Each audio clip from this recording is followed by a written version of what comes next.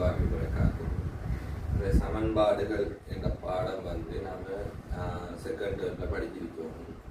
அதை வந்து நாம் இதை வந்து கவர் படிக்கலாம் அப்படின்னு நமக்கு டைம் போதாட்டாங்க. இந்த ஆகஸ்ட் மாத லீவை பயனுள்ள வகையில் பயன்படுத்துகிறேன் என்ற நோக்கத்தில் இந்த சமன்பாடுகள் பாடத்தை நாம் கொஞ்சம் படிச்சுக்குவோம். சரி, இன்ஷா அல்லாஹ். சமன்பாடுகள்லாம் என்ன பெஸ்ட்டுக்கு அதை பேச நோக்குனா, சமன்பாடுகள்ல உங்களுக்கு பெரிய கணியங்கள் தருவாங்க,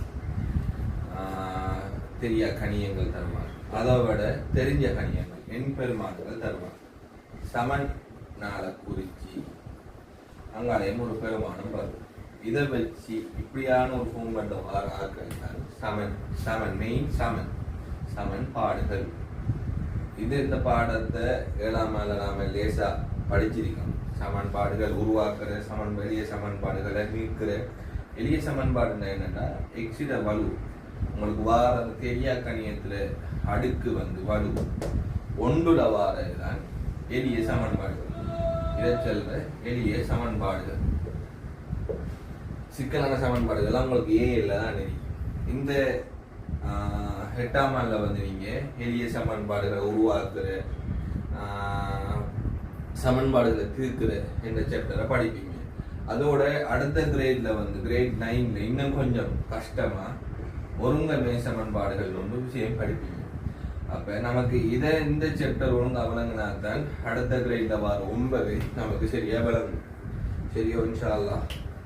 அப்ப இதை கொஞ்சம் நாம படிச்சுக்கோங்க. 7ஆம் ஆண்டு கொஞ்சம் ரிவிஷன் பண்ற மாதிரி படிக்கிற டைம் தெரியுந்தானே, கொஞ்சம் புக்கை பக்கத்தில் வச்சு கொடுங்க. மீட்டர் பயிற்சி உங்களுக்கு தந்திருக்காங்க, அதை கொஞ்சம் செஞ்சு காட்டுன்னு பாருங்க. மீட்டர் பயிற்சி பேஜ் 28. அதில் வந்து முதலாவது தாரான் x+10 சமன் x+10 சமன் 15. இந்த சமன்பாடுகள் இந்த பாடத்தில் மெயினாக உங்களுக்கு விளங்க வேண்டியது இந்த சமன்பாடுகள் டைம். சமனுக்கு அங்காலையும் சமனுக்கு இஞ்சாலையும் 2 சைட்லையும். அப்ப ஒரு சைட்ல நீங்க ஒரு வேலையை செஞ்சீங்கன்னா அதே வேலையை அடுத்த பக்கமும் நீங்க செய்யணும். இது என்ன சொல்ற, இதான் ரூல்ஸ். உதாரணத்துக்கு இந்த 10 கூட்டுப்படுற அந்த 10 இல்லாம என்ன செய்யணும், இந்த 10 நான் கழிக்கணும். சரிதானே? அப்ப இஞ்சல நான் அதே வேலையை செஞ்சா சமனுக்கு அங்காலையும் அதே வேலையை நான் செய்யணும். அப்ப இஞ்சால 10 கழிச்சா அங்காலே 10 கழிக்கும். அப்ப வாரது என்ன, இந்த +10 -10 பேத்துருவார். 15 10 போனா x7 5. இது இப்படிதான் வே. இதை வந்து நாம டக்குன்னு செய்யற அப்படின்னா கூட்டு போடுற 10 அங்கால போனா கழிப்படும். இது சிம்பிள் வே. இதான் ஒரிஜினல் வே. ஷோர்ட் வே கூட்டு போடுறது அங்கால போனா கழிப்படும். அதே போல இஞ்சால கழிப்படுறது உதாரணத்துக்கு இவ்விடத்தை மைனஸ் வந்தா கழிப்படுற 10 அங்கால போனா கூட்டுப்படும். பெருக்குப்படுற 10 அங்கால போனா பிரிப்படும். பிரிப்படுற 10 அங்கால போனா பெருக்கப்படும். இந்த 4 கன்செப்டையும் தான் சமன்பாடு பயன்படுத்த போகுது. இது அவ்வளவு நமக்கு விளங்குனா சரி. 3ஆம் கணக்கு. அடுத்து 2ஆம் கணக்கு. x5 சமன் 25. இங்க பாருங்க, எக்ஸோட 5 கழிக்கட்டான், கழிப்பட்டு சமன் 25. இஞ்சால கழிப்படுற 5 அங்காலே கூட்டுப்படும். நாம வளம் என்ன ஸ்டெப்பை செய்வோம், 5 இந்த சை 5 இல்லாம மாத்திரம் என்ன செய்யணும், 5 கூட்டணும். இஞ்சால 5 கூட்டுனா நம்ம அங்காலையும் 5 கூட்டணும். இப்ப 5 கூட்டியாச்சு. +5 -5 பெய்திரும். அப்ப x சமன் 25ல 5 போனா 20. இதே இது ஷார்ட் வேல பார்த்தா கழிப்படுற 5 அங்கால போய் கூட்டுப்படும் டிரெக்டா. இப்படி செஞ்சு வழியணும். 2ஆம் கணக்கு. அடுத்து 3வது 5x சமன் 20. உங்களுக்கு காண வேண்டியவர் இந்த அறிக்கை. காண வேண்டியவரோட எக்ஸ்ட்ரா இந்த 5 என்ன செய்யணுமா, பெருக்கப்படுது. பெருக்கப்படுறவர் என்ன செஞ்சேன்னா 5 தர x சமன் தானே 20. உங்களுக்கு வேண்டியவர் இந்த x. அப்ப இந்த எக்ஸோட இந்த 5 என்ன செய்யப்படுது, பெருக்கப்படுது. இப்ப பெருக்கப்படுறவரை நாம இல்லாம என்ன செய்யணும், 5ஆல பிரிக்கும். இஞ்சால 5ஆல பிரிச்சா அங்காலையும் 5ஆல பிரிக்கும். இப்ப இந்த 5 இந்த 5 பெற்றுப்படும். 20 5ஆல சுருக்குனா x சமன் 4. இதை ஷோர்ட் வேலை செய்யறேன்னா பெருக்கப்படுற 5 அங்கால போய் டைரக்டா பிரிக்கணும். இப்படி ஷோர்ட்டா வச்சா சரி. இது 3ஆம் கணக்கு. அடுத்து 4வது 2x + 3 சமன் 13. இப்போ இந்த சமன்பாடை நாம உச்சரிக்கிற டைம் என்ன செய்வோம்? 2x உடன் 3 கூட்டுறது 13க்கு சமம்.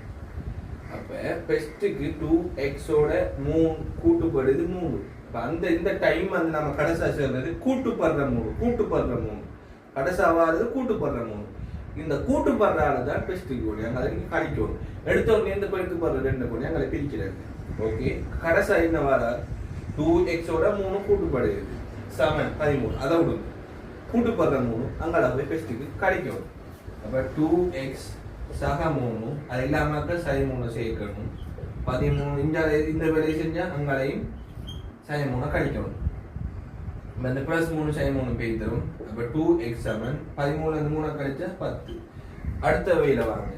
இப்ப உங்களுக்கு வேண்டியது x. x ஓட 2 பெருக்கப்படுற. அது இல்லாம என்ன செய்யணும்? இல்லாட்டி அங்கால போனா என்ன செய்யும்? 10 பெருக்கப்படுற 2 இங்க பிரிக்கணும். அப்ப கடைசி விட என்ன? x சமன் 5. இதான ஒரு சமன்பாடு, லேசான விஷயங்கள். அடுத்தது வந்து 5ஆம் கணக்கு 4x1 சமன் 11. 4x உடன் 1 கழித்தல் சமன் 19. இங்க வாரது என்ன? 1 கழித்தல் கடைசா சொல்றது. அப்ப கழிப்படுற 1 அங்களவை கூட்டுப்படுறது. அப்ப 4x சமன் கழிப்படுற 1 அங்களவை கூட்டுப்பட்டா 19 கொண்டா 20. அடுத்த ஸ்டெப் உங்களுக்கு வேண்டியது x தான். ஆனா அந்த x ஓட 4 பெருக்கப்படுற 4 அங்கல போனா பிரிபடும். அப்ப x 20 4ஆல பிரிச்சா 5. நீ ரெண்டு பக்கம் 4 பிரிக்காதனாலும் ஓகே, விளங்காதாக்கள். இது அடுத்த கணக்கு. அடுத்தது 6ஆம் கணக்கு 3x உடன் sin 2 சமன் 13. 3x உடன் கழித்தல் 2 சமன் 13. கழித்தல் 2 கடைசா சொன்னது கழித்தல் 2. அப்ப கழித்தல் 2 இல்லாம என்ன செய்யணும்? 2 கூட்டணும். அப்படி இல்லையா கழிபடுற 2 அங்கல போனா கூட்டுப்படும். அப்படி ஆகும் பார்த்தீங்க. கழிபடுற 2 அங்கல போனா கூட்டுப்பட்டா 13 சக 2. 13 2 கூட்டினா 15. இப்போ கடைசி ஸ்டெப் உங்களுக்கு வேண்டியவரை x ஓட 3 பெருக்கப்படுற. பெருக்கப்படுறவரை இல்லாம என்ன செய்யணும்? 3ஆல பிரிக்கணும். அப்படி இல்லையா பெருக்கப்படுற 3 அங்கட போனா பிரிக்கணும். அப்படியா ஒன்று இவ இல்லாம பெருக்கப்படுற இல்லாம பிரிக்கணும். 2 சைடு பிரிச்சதான இந்த 3 இல்லாம ஆகும். அப்படி இல்லையா பெருக்கப்படுற 3 அங்கட போனா பிரிக்கணும். இப்ப 2ல ஏதோ ஒன்று ஆகும் வச்சுங்க. இது லேசி. பெருக்கப்படுற 2 அங்கட போனா பிரிக்கணும். இப்படி ஆகும் வச்சுங்க. வேற 2 பக்கம் 3ஆல பிரிச்சா x சமன் 5 வரும். எவ்வளவு? உங்களோட மீட்டர் எனக்கு 7ஆம் ஆண்டுல படிச்சதுல மீட்டர். இதை கண்டிப்பா கோப்பில் எழுதி எடுத்துங்க. சரியா?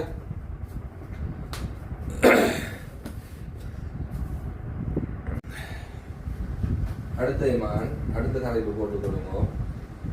17.2 எளிய சமன்பாடுகள் அமைத்தல். மேலும் எளிய சமன்பாடுகள் அமைத்தல் மேல் இதை போட்டுக்கொள்ளுங்க.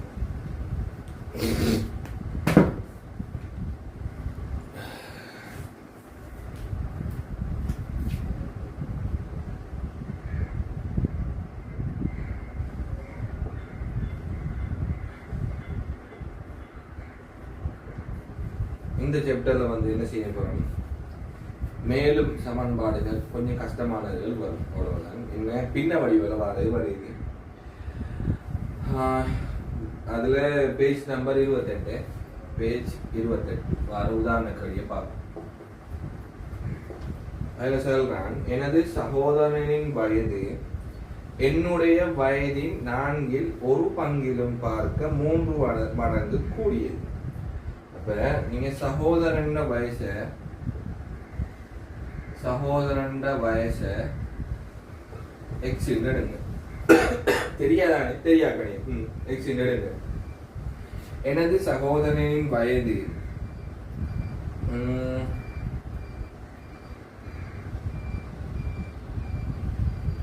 இல்ல இதுவானா என்னுடைய வயது எடுங்க.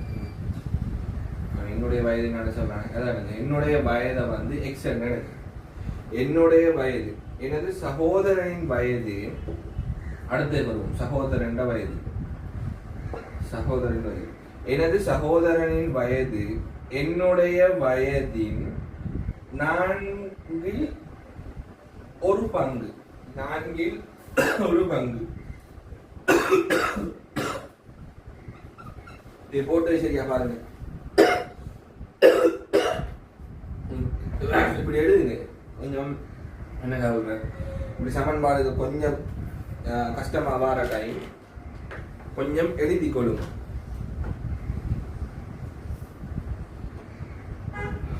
எழுதுனா உங்களுக்கு லேஸ் ஆகும். சரி, இப்ப வாசிக்க பாருங்க. எனது சகோதரனின் வயது என்னுடைய வயதின் 4 ஒரு பங்கிலும், 4 ஒரு பங்கு எக்ஸ் வரும், ஒரு பங்கிலும் அவன் சொன்னான் நம்மளோட பேச்சோர்ல சொன்னான் இந்த எக்ஸ் வயசில 4 ஒரு பங்கு, எக்ஸில 4 ஒரு பங்கு. சரியோ, எக்ஸில் 4 அப்படி பிறகு எப்படி வரும்? ஒன்று எக்ஸிங்கில் 4 போடலாம், அப்படி இல்லையா ஏற்கனவே போட்ட மாதிரி போடலாம். அந்த வர வயசில 4 ஒரு பங்கு பங்கிலும் பார்க்க 3 வருடங்கள் கூடியது. பாருங்க, எனது சகோதரனின் வயது என்னுடைய வயதின் என்று வந்தா பெருக்கல் இருக்குமா? என்னுடைய வயதின் இதை மட்டும் ஞாபகம் வச்சுக்க. வயதின் எனது சகோதரனின் வயது என்னுடைய வயதின் இப்படி இப்படி போடுவோமே உங்களுக்கு லேசிக்கா. என்னுடைய வயதின் தான் பெருக்கல் 4 ஒரு பங்கு. சரியா? இப்ப போட்டது இப்ப விளங்க பாருங்க. என்னுடைய சகோதரன் வயது என்னுடைய வயதின் இந்த பெருக்கல் வயதின் 4 ஒரு மடங்கு ஒரு பங்கு பங்கிலும் பார்க்க 3 கூடிய. சரியோ? இப்ப பாருங்க, இது பின்னங்கள் பெருக்க ஒரு பின்னத்தை 3 வேண்டாம் பெருக்க ஞாபகம் வச்சுக்கிது. மேலடிக்கிறது பெருக்கப்படுவார். எக்ஸிங்கில் 4 சமம். சரியோ?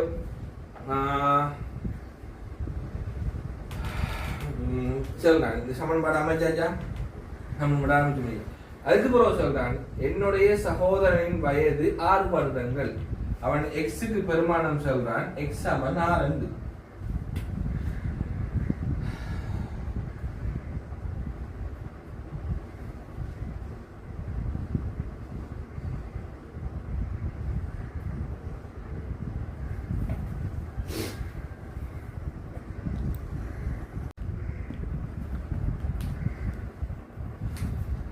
அடுத்த மான் மேல கொஞ்சம் அடுத்த ஹட்டம் பேஜ் நம்பர் 28 எடுத்துங்க. 17.2 மேலும் கொஞ்சம் எளிய சமன்பாடு அமைக்க போறோம். அதுல முதலாவது உதாரணம் 28ஆம் பக்கம். இது உதாரணத்தை பாருங்க. அதுல எனது சகோதரன் வயது என்னுடைய வயதின் 4 பங்கிலும் 4 ஒரு பங்கிலும் பார்க்கக்கூடியது. அப்ப நீங்க ஃபர்ஸ்ட்டுக்கு என்ன செய்யணும்? எனது வயது என்ன இப்படி எழுதணும் கட்டாயம். எக்ஸ் எனது சகோதரன் வயது வயதின் போட்டு திரும்பி வெப்ப வாசிங்க. எனது சகோதரனின் வயது என்னுடைய வயதின் என்று வந்தா பெருக்கடிக்குமா? என்னுடைய வயதின் 4 ஒரு பங்கு 4 ஒரு பங்கிலும் பார்க்க 3 வருடங்களால் கூடியது. சரியா விளங்குறது? என்னுடைய வயது எக்ஸிட் எடுங்க.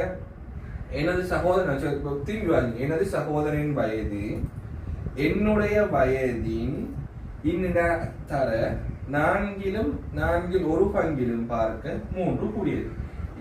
பார்க்க 3 கூடியது. அடுத்த கட்டம் சொல்றான் இத பின்னங்களின் பெருக்கல்மான் என்ன ஒரு முழு என்ன ஒரு பின்னத்தால பெருக்குனா அந்த மேல இருக்கிறது மட்டும் பெருக்கப்படுவார். பெருக்குனா எக்ஸின் கீழ் 4 சமம். சரியோ? இதான் நமக்கு வந்த விட. அடுத்த ஆட்டம் சொல்றான் எனது சகோதரனின் வயது 6 வருடங்கள். சொல்றாங்க. இந்த சகோதர வயது இந்த உருவாக்குற சமன்பாடு இது சமன் 6ன்னு சொல்றாங்க. சகோதரனின் வயது 6ன்னு சொல்றாங்க. அவ்வளவுதான்.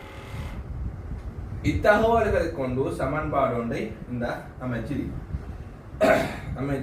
எனது வயது எக்ஸ் வருடங்கள் அவனே தந்திருக்கான் கடையில. எனது வயது எக்ஸ் எடுங்க அவனே தருவான். இந்த சமன்பாடுல நாம் எடுக்க வேண்டிய அவசியம் இல்லை. அவனே தருவான் எக்ஸ் எடுங்க. உங்களுக்கு சமன்பாடு அமைக்குதான்னு சரி இந்த இப்படி சமன்பாடு அமைக்கிட்டாருன்னா சரி எக்ஸ் சக 4 சக 3 சம 4 திரும்பி நீங்க கொஞ்சம் வாசிச்சு நீங்களும் அமைச்சு பாருங்க பாருங்க. அடுத்த கட்டம் அடுத்தது வந்து அடைப்பினை கொண்ட எளிய சமன்பாடுகளை அமைக்குது பிரக்கெட்டோட வரப்போகுது சரியோ. அதை பார்ப்போம். அது வந்து 29ஆம் பக்கம் பாருது. சதீஷ் தன்னுடன் இருந்த பணத்துடன் நான் கொடுத்த 8 ரூபாயையும் சேர்த்து 1 ரூபாய்க்கு 2 நெல்லிக்காய்கள் வீதம் 26 நெல்லிக்காய்களை வாங்கினார். சதீஷ்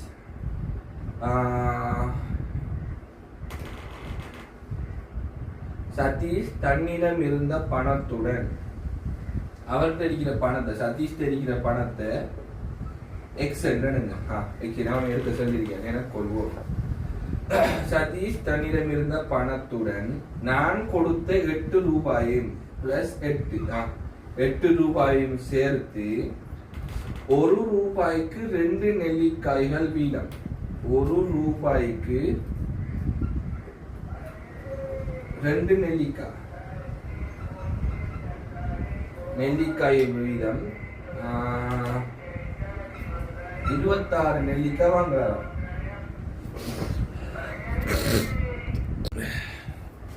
அடுத்த பிரக்கெட்டோட வாரதை பார்ப்போம். பிரக்கெட்டோட வாரது அதுல உதாரணம் 1 பேஜ் நம்பர் 29 சரியோ. இது செய்யறது கட்டாயம் ஒரு தரம் பார்த்து போட்டு நீங்க செல்ஃபா போன கோப்பியில ட்ரை ஒன்று பண்ணுங்க. பண்ணி பார்த்து போட்டு அதுக்கப்புறம் எதுக்கு இல்லைன்னா இதை பாருங்க சரியோ.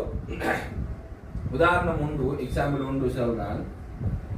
அமுதன் வீட்டு மாமரத்தில் இருந்து உதாரணத்துக்கு ஒரு மாமரம் இருந்தா ஒரு மாமரத்துல இருந்து பறித்த மாம்பழம் எவ்வளவு பறிச்சாங்க அவன் செல்லல.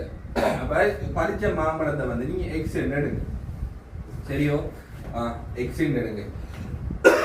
எக்ஸ் தானே மொத்தமா பறிச்ச மாம்பழம் சரியோ. பறித்த மாம்பழங்களில் 16 மாம்பழங்களை அவருக்கு வச்சிருக்கார். வைத்திருந்தது 16 வைத்திருந்து எஞ்சிய பழங்களை ஒன்று வந்து 25 ரூபாய் படி 25 ரூபாய் படி விற்று 875 ரூபாய் எடுக்காராம். அப்படி செல்றது 870 பெற்றார். கேள்வி பேசி வாசிப்போம். பறித்த மாம்பழங்களின் எண்ணிக்கை எக்ஸ் என கொண்டு இதனோடு தொடர்பான சமன்பாடை அமைக்க செல்றேன் சரி அமைப்போம். அவர் பறித்த மாம்பழம் எக்ஸ் என்று அவனை எடுக்க செல்லிருக்கான். அவர் பறித்த மாம்பழங்களில் 16 வச்சிட்டு அப்ப 16 வச்சிட்டு மிச்சப்படுறது தானே இப்ப இந்த 16 கழிச்சு இந்த வார இவ்வளவு செட்டை கழிச்சு போட்டு வார தொகையை தனமான அவர் வித்திரிப்பார். விளங்குதா? இப்ப பறிச்ச மாம்பழங்கள்ல இருந்து அவர் தனக்குண்டு எடுத்ததை கழிச்சா அவர் விற்றது வரப்போகுது சரியோ. இது விளங்கிட்டானே. அடுத்த ஸ்டெப் வருவோம். விற்றது ஓகே. 1/25 வீதம் அப்ப இவ்வளவுதான் அவரு விற்க போறார். இதைத்தான் அவன் சொல்றான். ஒரு மாம்பழம் 25 ரூபாய் படி விற்காராம். ஒரு மாம்பழம் 25 ரூபாண்டா அவர் விற்றது இவ்வளவு தானே. ஒரு மாம்பழம் 25 ரூபாண்டா நம்ம அந்த சதவீத கணக்கு. ஒரு மாம்பழம் 25 ரூபாண்டா விற்றது எவ்வளவு தானே. இவ்வளவு விற்கிறதால இவ்வளவு பெறுவார் சரியா. ஒரு மாம்பழம் 25 ரூபாண்டு வித்தா அவர் விற்ற மாம்பழம் மேல இவ்வளவு. இதால வர லாபம் எவ்வளவு. அவர் விற்பதால பெற பணம் 875 ரூபாய். சொல்றது விளங்குதா? பெஸ்ட்டுக்கு நாம அவர் பறிச்ச மாம்பழம் எக்ஸ்சேஞ்ச் எடுக்கட்டாம். இதுல வந்து அவருக்கு கெரி பண்றது 16. இதை கழிச்சா தானே அவருக்குரிய தொகை எடுத்த அமைக்கிற என்ன அவரு வந்து வித்தது. அப்ப அவர் வித்த தொகை எக்ஸ் 16. இது விளங்கிட்டானே. இது வித்தது சரியோ. அடுத்த சொல்றான் இந்த விற்பனையில ஒவ்வொரு மாம்பழத்தையும் 25 ரூபாய் படி விற்கிறான். அப்படி விற்கிறதால அவருக்கு பெற்றுக்கொண்ட பணம் 75 ரூபான்னு சொல்றாரு. ஒரு மாம்பழத்தை அவர் 25 ரூபான்னு வித்தா அவர் விற்ற தொகை எவ்வளவு எக்ஸ் 16. ஒரு மாம்பழம் 25 ரூபான்னா அப்ப இது எவ்வளவு. நம்மளோட வாய்ச்சமன் மாடு போட்டுக்கொண்டு அந்த விக்கிரதாளர் மொத்த பெருமதி சமன் 825 ரூபா. இதை வந்து இப்ப கீழே இந்த ஒன்றுக்கும் உண்மைக்கும் பெருமானம் இல்லை. அப்ப 25 அடைப்பு எக்ஸாய 16 சமன் 875. திரும்பி ஒரு நீங்க வாசிக்கு போட்டு ஒரு மேப் ஒன்று போட்டு பாருங்க. ஒவ்வொரு கட்டமா எழுதுங்க. எழுதுனதுக்கு நான் சேர்றதை யோசிச்சு பாருங்க. ஒரு மாம்பழத்தை 25 ரூபான்னு வித்தா ஒரு விற்ற தொகை எக்ஸாய 16க்கு விற்பதால பெருமதி 875 ரூபா. அவ்வளவுதான், சின்ன விஷயமா. சரியோ, கடைசி வீடியோட செக் பண்ணி பாருங்க. நான் சின்னத்தையும் ஒரு தரம் அதான் கேலஸா இருந்துடாம கொஞ்சம் நுணுக்கமா கேட்டு போட்டு நீங்களும் ட்ரை பண்ணி போட்டு திரும்பி பாருங்க. இது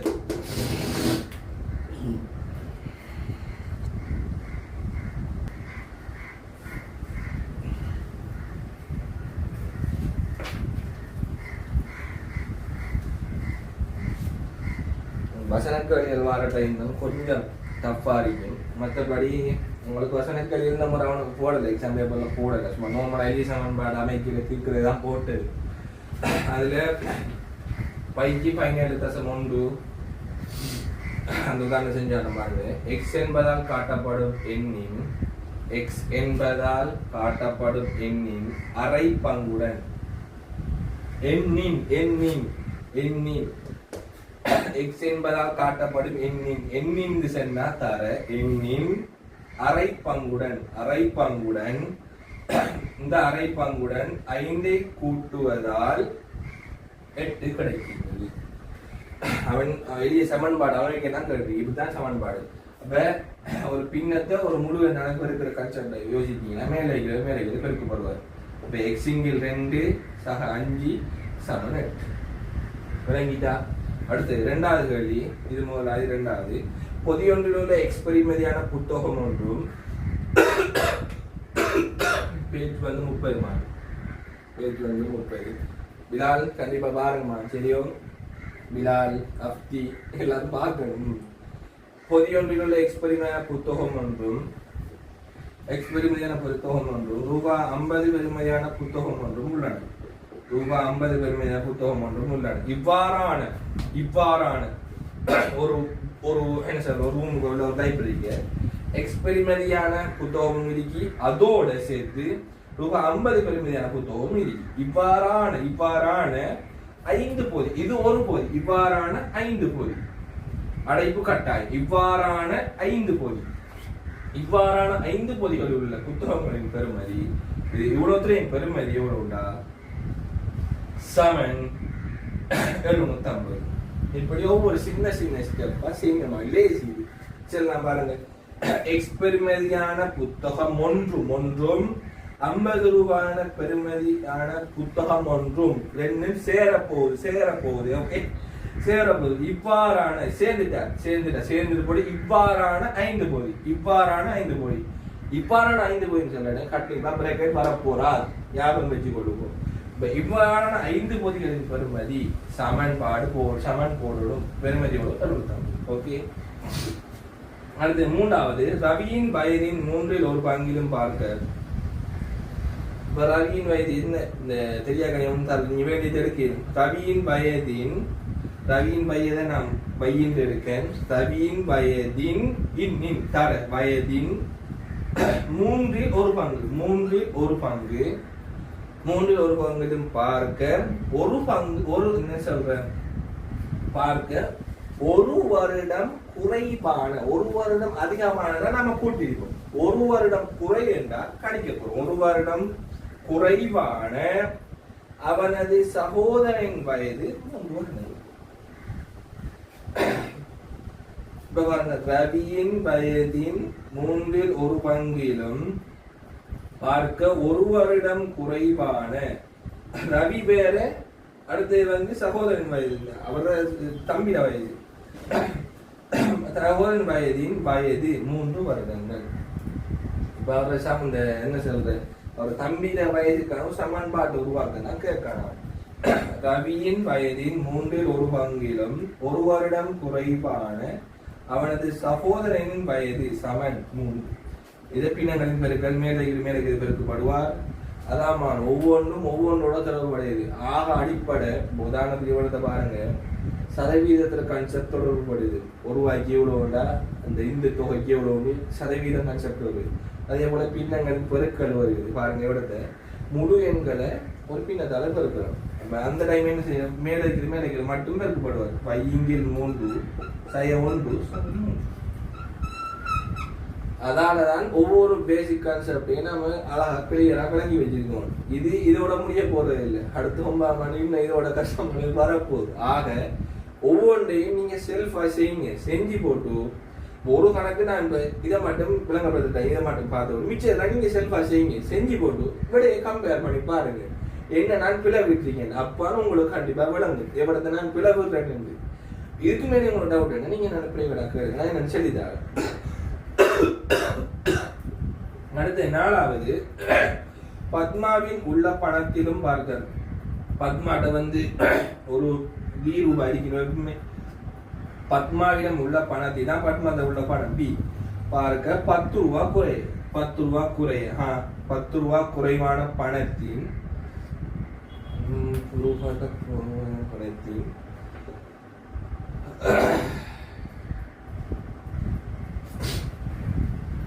பணத்தின்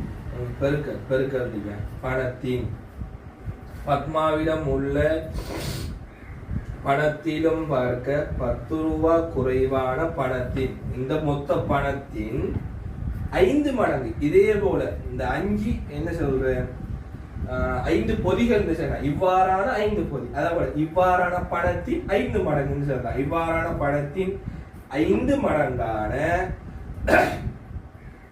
5 மடங்கு ரூபா 200 பணம் சாரதாவே உங்கள் சமன். இது கொஞ்சம் விலகி கொள்ள கஷ்டமா தான் இருக்கு. இந்த 5 3 போட்டா சரிண்ணா. 5 B 10 7 200 சரியோ.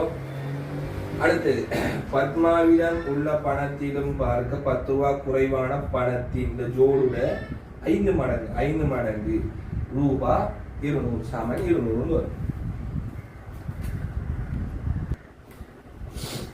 அடுத்த கடைசியாக பார்த்துங்க, குறிப்பிட்ட எண் ஒன்றின் அரைப்பங்கு என்னன்னு தெரியா உங்களுக்கு ஏண்டு எடுங்க. குறிப்பிட்ட பணம் ஒன்றின் அரைப்பங்கு, பணம் ஒன்றின் இன்னுண்டா தர அறவாசி, அரைப்பங்கிலிருந்து 5 கழிக்கும் போது 2 கிடைக்கப்படுகின்றது சமன் 2. இதோட 2 பெறப்படுகின்ற சமன் 2 போட்டா சரி. இப்போ வந்து பெருக்குனா a/2 -5 சமன் 2. இதுல சமன்பாடு அமைக்க தந்திருக்கானே. சரிம்மா, எவ்வளவு தான் இந்த விஷயம். இந்த கடைசி இந்த ஒவ்வொரு உதாரணத்துல கடைசி பாருங்க. அரைப்பாங்க 5 கூட்டும் போது 8 கிடைக்கின்றது. அடுத்து வந்து பொதிகள் உள்ள பெறுமதி 750